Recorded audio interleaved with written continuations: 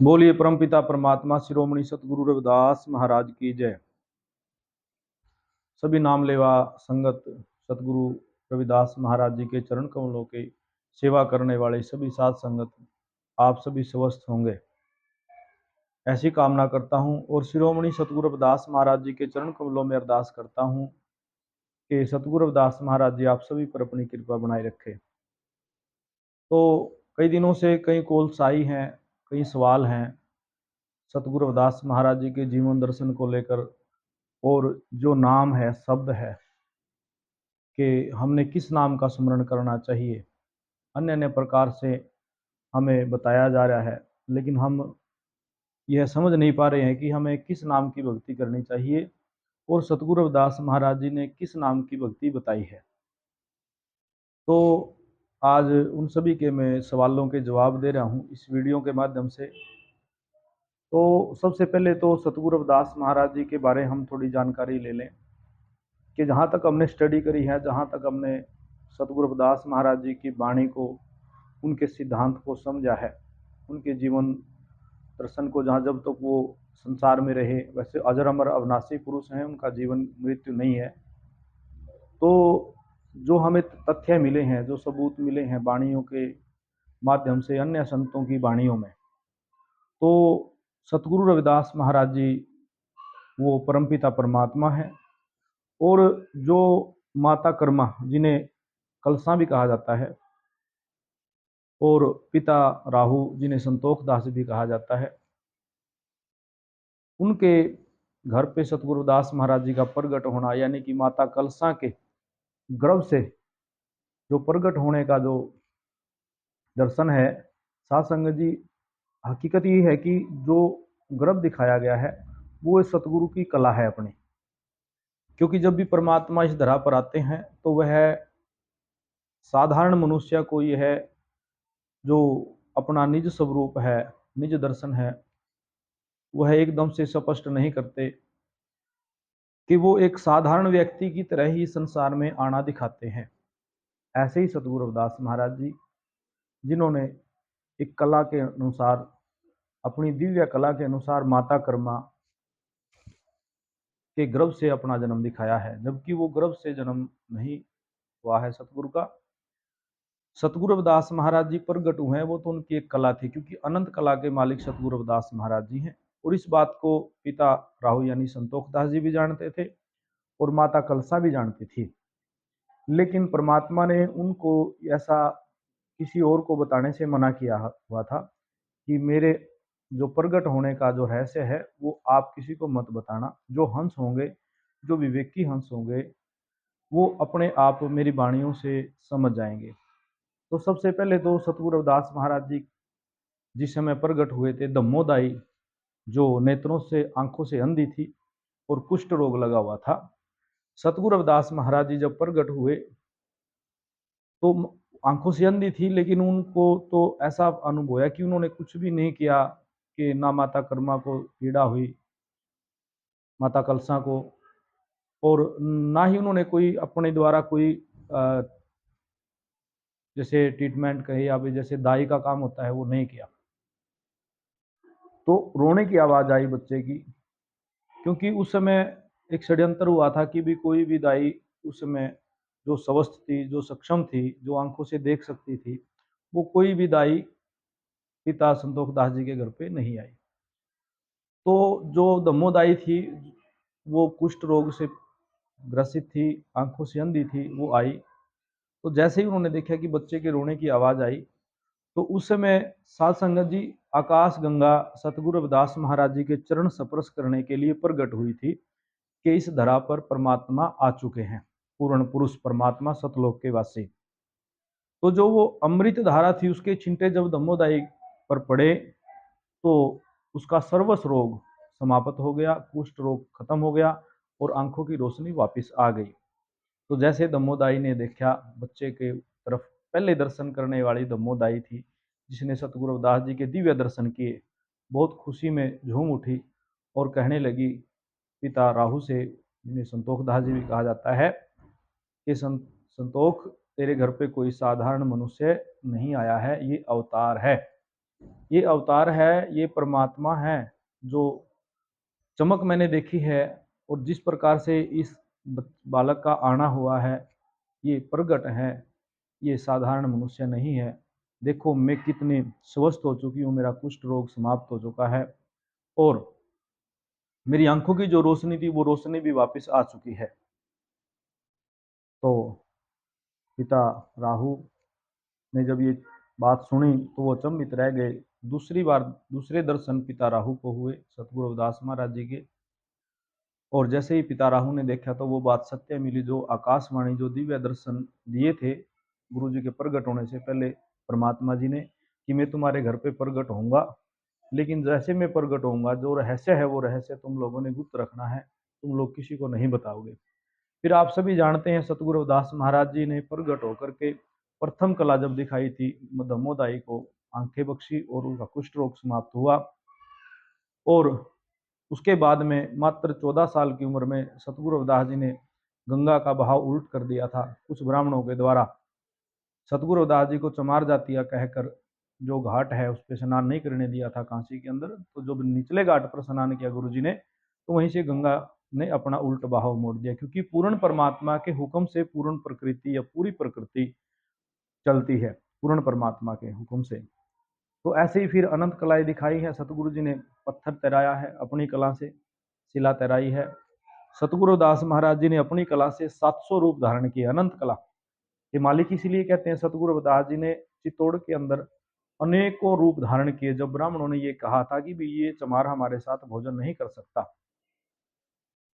तो सात संगत जी उस समय सतगुरु दास जी महाराज ने अपनी कला दिखाई, और उस समय चारों वर्णों ने सतगुरु रविदास जी के चरणों में मत्था टेका और उनसे नाम शब्द की दीक्षा ली।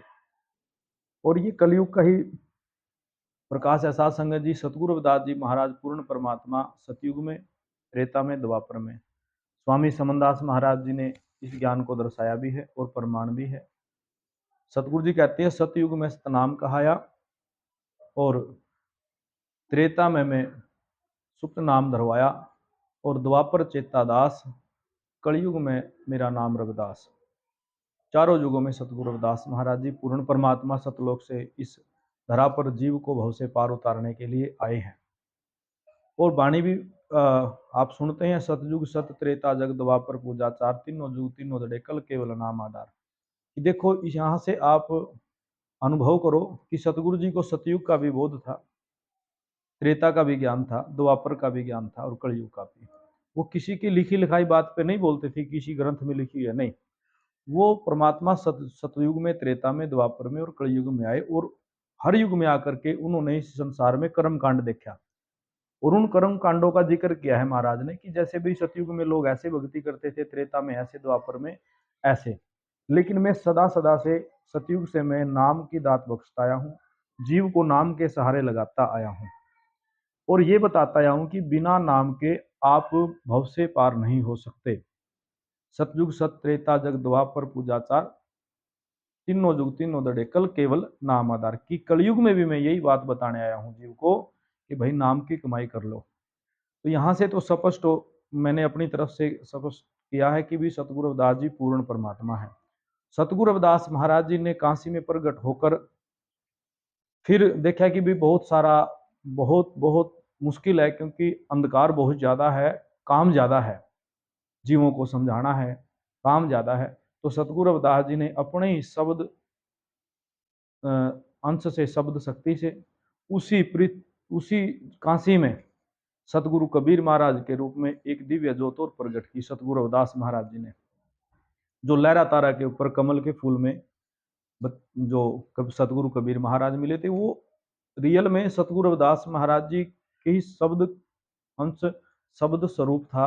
जो चेहरा अलग था, रूप अलग था और नाम अलग था, लेकिन सतगुरु रविदास महाराज जी जिस तेज पुंज से धरा पर प्रकट हुए, उसी तेज पुंज का स्वरूप सतगुरु कबीर महाराज जी हैं, जिनका आज प्रगट दिवस भी है। तो ये दोनों शक्तियां एक हैं, एक ही प्रकाश के दो रूप हैं, जिनका नाम एक कबीर है, दूसरे कबीर साहब, दूसरा सतगुरु रविदास महाराज जी। लेकिन प्रथम प्रथम सतगुरु रविदास जी महाराज इस धरा पे आते रहे और उसके बाद अपने हुक्म से, अपनी शब्द कला से, अपनी ही दिव्य ज्योत को दूसरी रूप में प्रकट करते रहे। ये तो क्लियर हमने कर दिया कि पूर्ण परमात्मा शिरोमणि सतगुरु रविदास महाराज जी हैं। अब आती है बात, जो सवाल था कई भक्तों का कि भी नाम की किसकी भक्ति करनी है।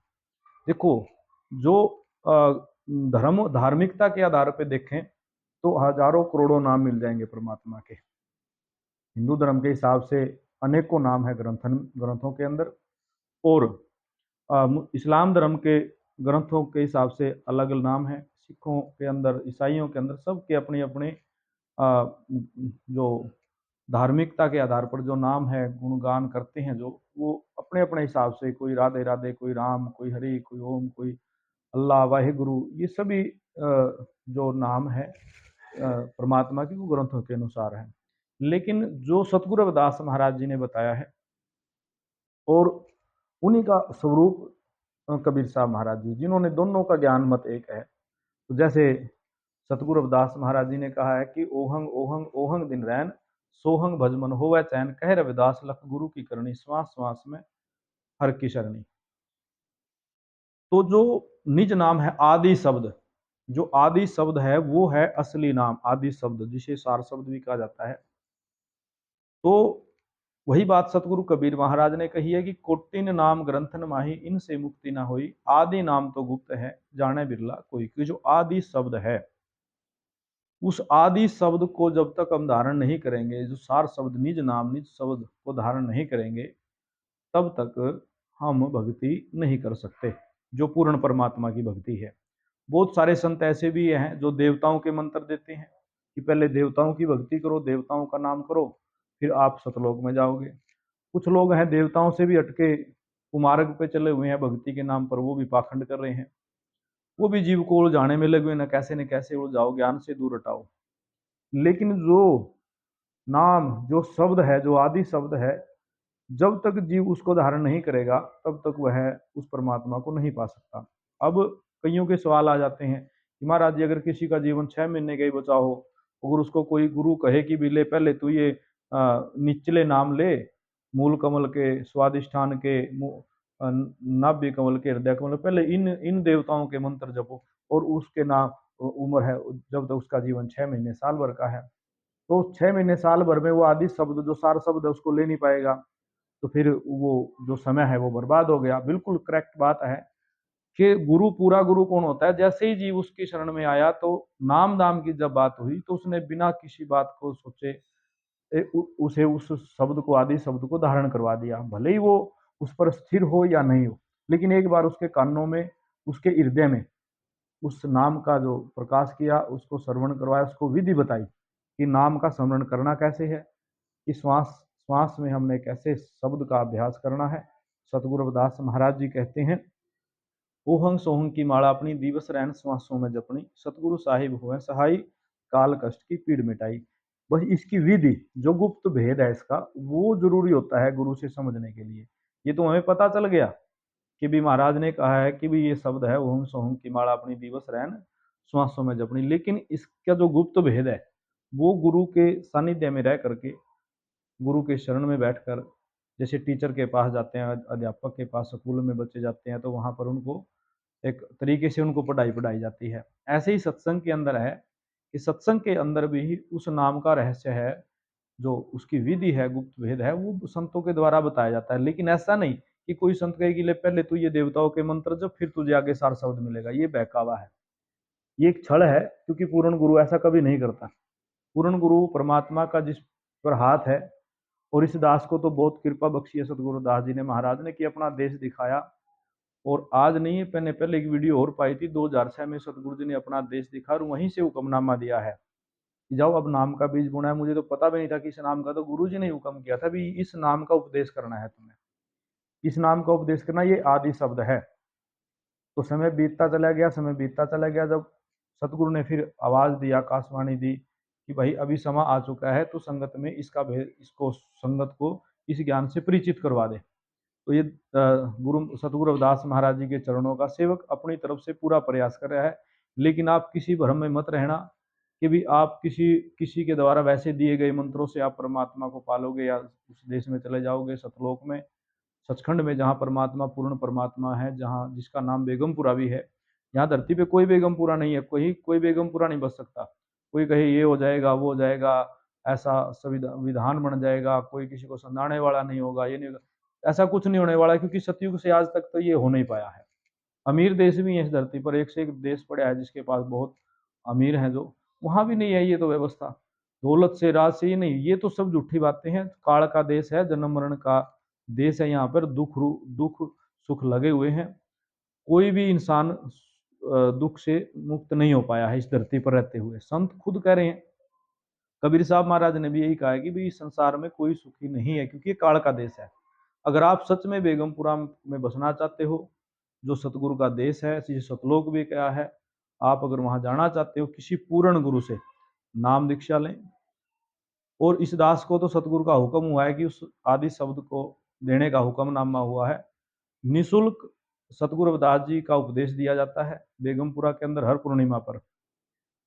जो भी जीव नाम शब्द को धारण करना चाहता है, वो नाम शब्द को धारण कर सकता है। तो जो मैंने दूसरा सवाल का जवाब दिया है कि भाई जो आदि नाम है, आदि जुगादि जो नाम है, जो पहले भी ऐसा ही था, आज भी ऐसा ही है, उसी नाम से मुक्ति होगी, अन्य किसी नाम से नहीं। क्योंकि संतों ने कहा है कि भी उस नाम का स्मरण करना पड़ेगा। सतगुरु रविदास महाराज जी ने तो अपनी वाणी में इशारा भी किया है कि मुझे पहचान जाए लोग। सतगुरु रविदास महाराज जी पावन में कहते हैं, जगत की मूर्खता हम अमर के बाद। सतगुरु रविदास जी महाराज कहते हैं, संसार को देखकर हंसी भी आती है कि भक्ति पर क्या पाखंड कर रहा है।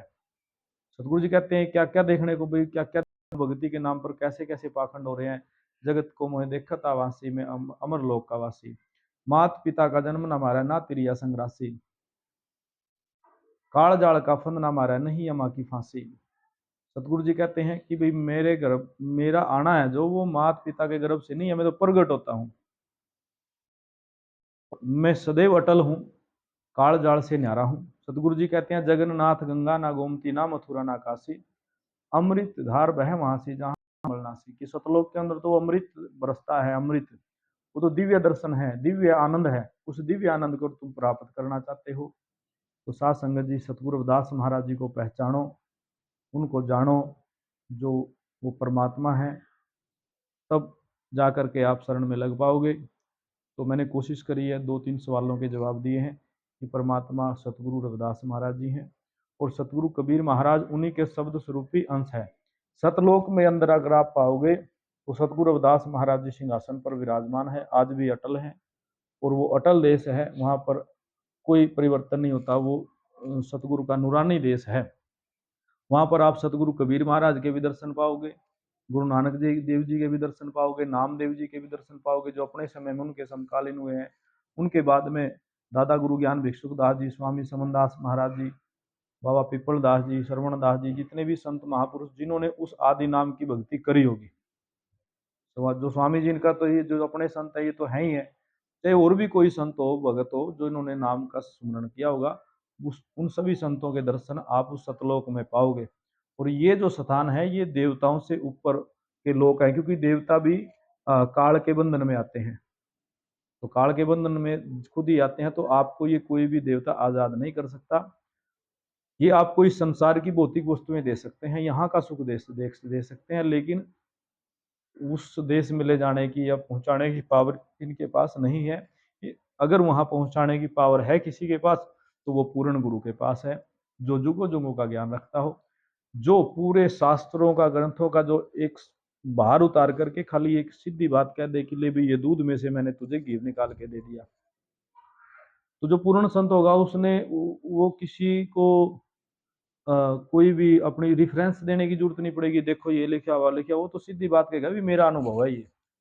जिसने मानना है मानो, ना तो नहीं, नहीं मानना है तो नहीं मानो। जैसे हमने सीधे सीधे बोल दिया, जो हमने देखा है कि हमने सतलोक के अंदर उस परमात्मा के दर्शन करे हैं, उनके हुक्म से आज हम आदि शब्द का उपदेश कर रहे हैं। आप सबको इशारा भी किया है कि जो नाम है, लेकिन उसकी विधि गुरु के प्रत्यक्ष रूप में बैठ करके आप धारण करोगे तो आप उस भक्ति को कर सकते हो, नहीं तो और कोई मार्ग नहीं है। वैसे भी दुख सुख तो लगे हुए हैं। एक सवाल और था भाई का कि महाराज जी हमें दुख क्यों मिलते हैं। देखो, पूर्व कर्मों को हम क्या जानते हैं, पूर्व को तो छोड़ो, अब प्रत्यक्ष इस जन्म में भी जो अभी नाम नाम नाम ले रहे हैं, वो खुद कहते हैं महाराज जी हमने बहुत बुरे काम करे, हमने बकरे भी काटे, मुर्गे भी काटे, सूअर भी काटे, यानी जीव हत्याएं की हमने अपने स्वाद के लिए।